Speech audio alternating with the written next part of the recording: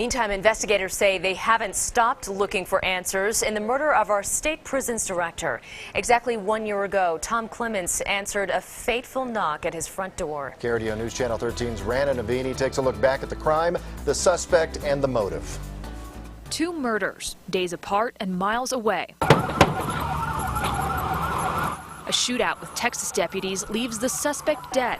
Investigators believe Evan Ebel murdered Nathan Leone of Denver for his Domino's Pizza uniform, a ploy to get prisons chief Tom Clements to answer his front door days later. We spoke to Leone's father-in-law last year. How do you tell someone that their father was murdered, brutally murdered, shot in the head and shot in the back for a pizza uniform? Tom Clements' name was added to the Fallen Officers Memorial in Canyon City last weekend. His widow, Lisa Clements, thanked members of the DOC for their support. Thank you so much for your care for our family, for your support, and for your celebration of his life today. But in an interview with the Denver Post this week, Lisa said she's frustrated at the lack of movement in the investigation.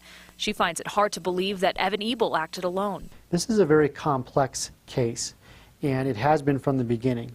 According to the El Paso County Sheriff's Office, what makes the case complicated is the number of possibilities.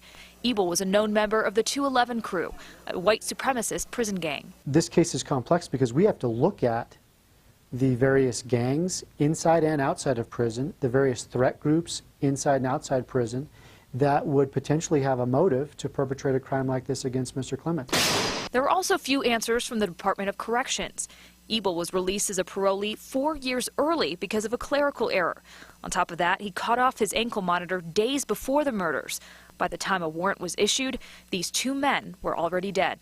In Colorado Springs, Rana Navini, KRDO News Channel 13. Thanks, Rana. And we asked the DOC about changes made to its parole system within the past year. In an email statement, a spokesperson didn't give specifics but said the DOC is committed to positive reform.